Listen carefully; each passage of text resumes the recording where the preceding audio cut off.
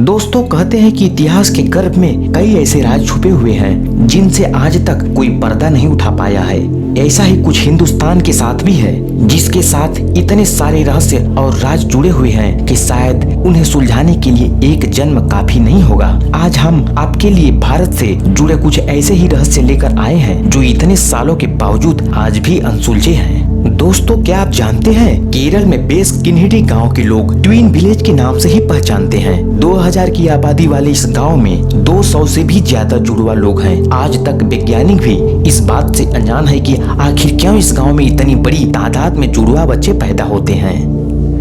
और जोधपुर, जिसे बूम भी कहा जाता है, 18 दिसंबर 2012 की रात जोधपुर में ऐसी चमक फैली जिसकी रोशनी में सारा शहर जगमगा उठा। इससे पहले कभी इतनी रोशनी आसमान में नहीं देखी गई। कहा जाता है कि उसी दिन ऐसी ही चमक दुनिया के कई हिस्सों में देखी गई थी, पर वैज्ञानिक आज तक इस बात से अनजान है कि ये रोशनी कहाँ से आई थी। इल्यूमिनाटी जो लैटिन शब्द है, इसके बारे में आपने सुना ही होगा। ये एक तरह का गुप्त संगठन है जो चोरी छिपे अपनी गतिविधियों को अंजाम देता है। ऐसे ही संगठन को सम्राट अशोक ने भी बनाया था। इस गठन में शामिल सभी 9 लोग अपने अपने विषयों में विद्वान थे। ऐसा कहा जाता है कि अशोक द्वारा बनाया गया ये संगठन आज भी मौजूद है, पर आज तक उन 9 लोगों के बारे में कोई जानकारी नहीं है जिन्होंने इसकी नींव रखी थी।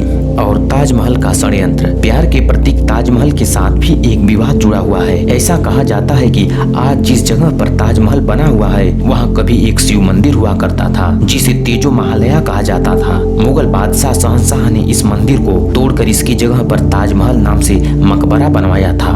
और श्रापित गांव कुलधरा, राजस्थान के इस गांव में कोई नहीं रहता है। इस गांव के बारे में एक कहानी प्रचलित है कि एक दिन अचानक गांव के हजारों लोग रात के समय इसे खाली करके चले गए थे और जाते जाते उन्होंने गांव को श्राप दिया था कि यहाँ कभी कोई नहीं बस पाएगा। तब से लेकर आज तक ये गांव वीरान पड़ा हुआ है।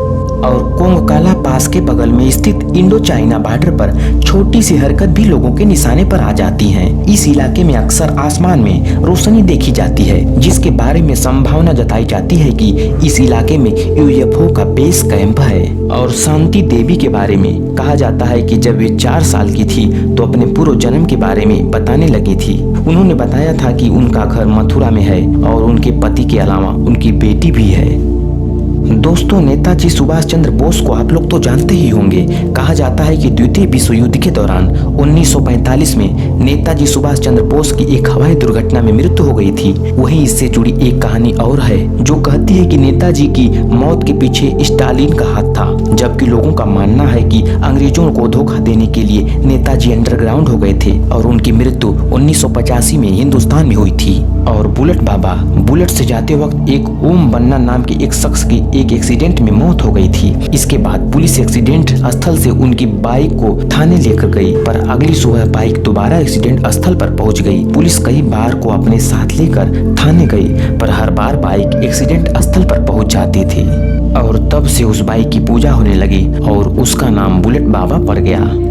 स्टोन मैन, मुंबई और कोलकाता में स्टोन मैन के नाम से पहचाना जाने वाला सीरियल किलर आज भी एक ऐसी गुत्थी में है जो अब तक अनसुलझी है।